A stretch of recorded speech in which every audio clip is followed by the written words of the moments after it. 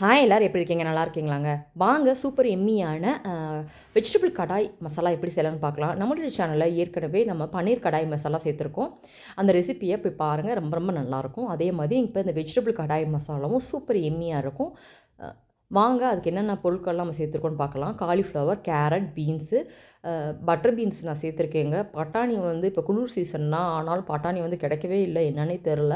அதுக்கு பதிலாக நான் வந்து பட்டர் பீன்ஸ் எடுத்திருக்கேன். இந்த மாதிரி க்யூபாக நறுக்குன வெங்காயம், குடமிளகா, உங்கள்கிட்ட ரெட் கலர் குடமிளகா அப்படி இல்லாட்டி எல்லோ கலர் குடமிளகா ரெண்டுமே இருந்தாலுமே சேர்த்துக்கோங்க. நல்லா கலர்ஃபுல்லாக இருக்கும். வாங்க அடுத்து நம்ம என்ன செஞ்சுருக்கோம்ன்றதை பார்க்கலாம். ஒரு கடாயில் கொஞ்சமாக நான் வந்து எண்ணெய் சேர்த்துருக்கேங்க. எண்ணெய் நல்லா காயட்டும். எண்ணெய் கொஞ்சம் காஞ்ச பிறகு நம்ம க்யூபாக வச்சுருக்க அந்த வெங்காயத்தையும் அந்த குடமிளகாயும் நம்ம சேர்த்துக்கலாம்.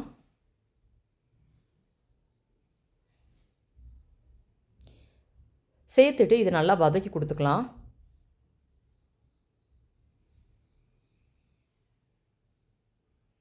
ஒரு நிமிஷம் இந்த மாதிரி நல்லா வதக்குறப்ப நல்லா சாப்பிட்றதுக்கு நல்லா ஒரு க்ரன்ச்சினஸாக இருக்கும், ரொம்பவும் டேஸ்ட்டாகவும் இருக்கும். இந்த மாதிரி நம்ம செய்கிறப்ப ஃபஸ்ட் எடுத்தோட இந்த வெங்காயமும் இந்த குடமிளகாயும் தனியாக வதக்கி ஒரு பிளேட்டில் வந்து எடுத்துகிட்டு லாஸ்ட்டாக சேர்க்குறப்ப ரொம்ப ரொம்ப நல்லாயிருக்கும். செஞ்சு பாருங்கள்.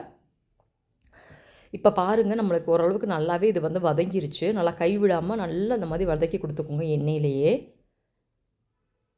நல்ல ஒரு கண்ணாடி பதம் வர அளவுக்கு நல்லா வதக்கிக்கலாம். இதை வதக்கிட்டு தனியாக ஒரு பிளேட்டில் எடுத்து நம்ம வச்சுக்கலாங்க.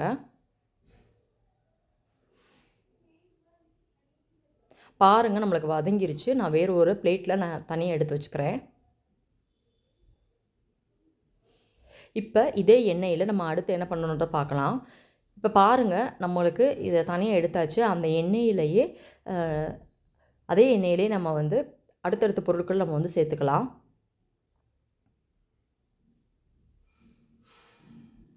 இப்போ இதில் நம்ம வந்து கொஞ்சமாக வந்து பட்டர் நான் சேர்த்துக்கிறேங்க.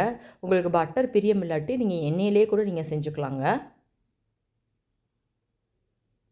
இப்போ பட்டர் கொஞ்சம் மெல்ட் ஆகவும், கொஞ்சம் ஜீரகம், கொஞ்சம் பட்டை, 2 ஏலக்காய், 2 கிராம்பு, ஒரு பே லீஃப், இது நல்லா இந்த பட்டரில் நல்லா பொரிஞ்சு வரட்டும்.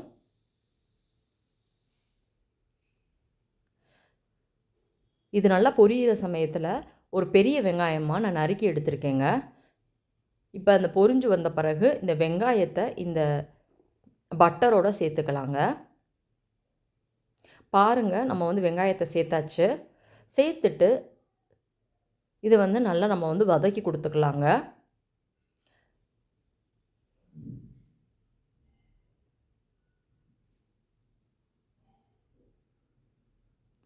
நம்ம வதக்கி கொடுத்தாச்சு. 2 தக்காளி நான் எடுத்திருக்கேன். நீங்கள் பெரிய சைஸ் தக்காளினா 1 தக்காளி எடுத்துக்கோங்க. மீடியம் சைஸ் தக்காளினா 2 தக்காளி எடுத்துக்கோங்க. இப்போ தக்காளியும் சேர்த்து நல்லா இந்த வெங்காயமும் தக்காளியும் நல்லா வதக்கி எடுத்துக்கலாம்.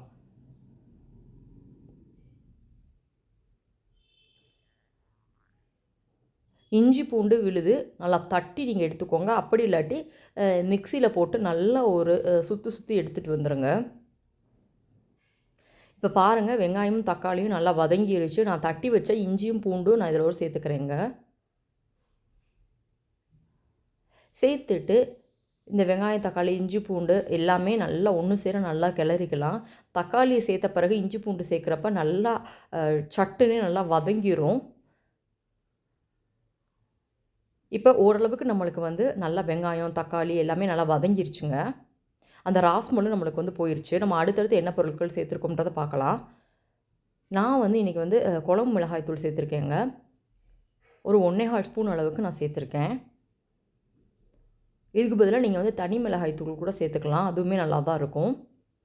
இப்போ இந்த மிளகாய் தூளோட பச்சை வாசனை போகிற அளவுக்கு நம்ம நல்லா வதக்கி கொடுத்துக்கலாங்க. வதக்கி கொடுத்துட்டு நல்லா எண்ணெய் பிரிய வரட்டும். கொஞ்சம் நேரம் அப்படியே ஒரு 5 நிமிஷம் சிம்லேயே வச்சுருங்க, இல்லாட்டி அடி பிடிச்சிருங்க. அடுத்து நம்ம ஏற்கனவே இதை வந்து நல்லா ஆறின பிறகு மிக்சி ஜாரில் வந்து போட்டு நல்லா ஃபைன் பேஸ்ட்டாக வந்து அரைச்சிக்கோங்க. இப்போ அரைச்ச இந்த விழுதை இதை சேர்த்துக்கலாம். நம்ம காய்கறிகள் என்னென்ன எடுத்துருக்கோம்னா அந்த பொருட்கள் ஃபுல்லாமே இதில் சேர்த்துக்கலாம்.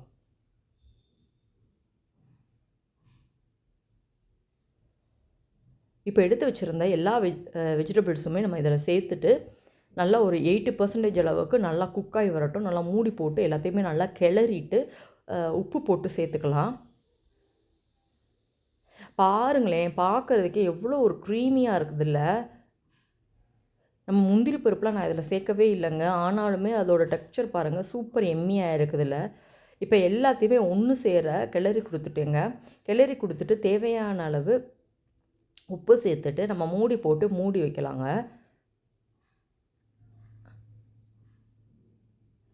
இது வந்து ஜீரா ரைஸ்க்கு கூட சூப்பர் எம்மியாக இருக்கும், நல்லா தொட்டு சாப்பிட்றதுக்கு. இப்போ உப்பு சேர்த்தாச்சு, உப்பு சேர்த்துட்டு மூடி போட்டு வச்சுக்கலாம். ஜீரா ரைஸு, சப்பாத்தி, நான்கு கூட சூப்பர் எம்மியாக இருக்குங்க. காய்கறிகள் சாப்பிடாத பிள்ளைங்களுக்கு ஸ்கூலுக்கு கொடுத்து விட்டு பாருங்களேன், இல்லை எப்போயாவது ஒரு வீக்கெண்ட் கொடுத்தா கூட நல்லாயிருக்கும். பாருங்கள், நல்லா ஒரு 80% அளவுக்கு நல்லாவே நம்மளுக்கு வதங்கி வந்துருச்சுங்க. அதாவது வெந்து வந்துருச்சு. இந்த சமயத்தில் நீங்கள் உப்பு காரம்லாம் நீங்கள் செக் பண்ணிக்கோங்க. சப்போஸ் உங்களுக்கு காரம் கம்மியாக இருந்துச்சுன்னா சேர்த்துக்கலாம். தயிரில் வந்து மல்லித்தூள், மிளகாய்த்தூள், கரம் மசாலா, நான் வந்து தனி மிளகாய்த்தூள் சேர்த்துருக்கேன்.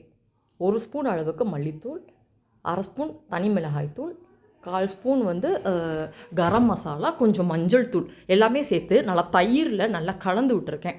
இப்போ கலந்த அந்த மசாலாவை இதோடு சேர்த்துக்கலாம். சேர்த்துட்டு கொஞ்சமாக தண்ணி சேர்த்துக்கிட்டு உப்பு காரம் எல்லாமே நீங்கள் செக் பண்ணிக்கோங்க. சப்போஸ் இந்த சமயத்தில் ஏதாவது உங்களுக்கு கூட குறைவாக இருந்துச்சுன்னா அதை கொஞ்சம் அட்ஜஸ்ட் பண்ணிக்கோங்க. ரொம்ப ரொம்ப நல்லாயிருக்கும்.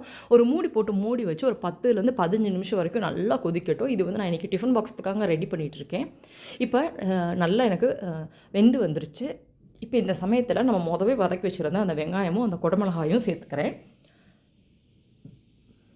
சேர்த்துட்டு திருப்பி ஒரு 10 நிமிஷம் நல்லா மூடி போட்டு மூடி வச்சு நல்லா நான் கொதிக்க விட்டுக்கிறேன். எல்லாத்தையுமே கிளறி விட்டுட்டு நிஜமாகவே அவ்வளோ ஒரு டேஸ்ட்டாக இருந்துச்சு. நல்லா ஹோட்டலில் சாப்பிட்றாப்புல சூப்பர் எம்மியாக இருந்துச்சு வீட்டிலையே. இது காலையில் இன்றைக்கி நான் லஞ்ச் பாக்ஸுக்கு தாங்க இது செஞ்சிட்ருக்கேன். நான் காலையில் தான் எல்லா காய்கறிகள் ஃபுல்லாமே கட் பண்ணி அப்படியே செய்கிறேன். முதல் நாள்லாம் எதுவுமே நறுக்கியே வைக்கலை. இப்போ பாருங்கள், நம்மளுக்கு ஓரளவுக்கு நல்லாவே தயாராகிருச்சு. லாஸ்ட்டில் கொஞ்சமாக நான் கஸ்தூரி மேத்தி வந்து கையில் க்ரஷ் பண்ணி இதில் போட்டுக்கிட்டாச்சு. அவ்வளோ ஒரு சூப்பர் எம்மியான வீட்டிலையே வெஜிடபிள் கடாய் மசாலா வந்து நம்மளுக்கு வந்து தயாராகிருச்சு. இது வந்து சூப்பர் எம்மியாக இருக்கும். நீங்கள் ட்ரை பண்ணி பாருங்கள்.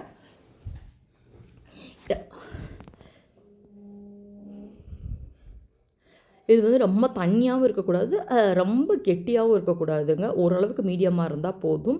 அடுத்து சைட்லேயே நம்ம வந்து பச்சைப்பயிறு ஸ்நாக்ஸுக்கு வந்து பச்சைப்பயிறு வந்து கழுவிட்டு 2 விசில் விட்டால் நமக்கு ஸ்நாக்ஸும் ரெடி ஆகிரும்.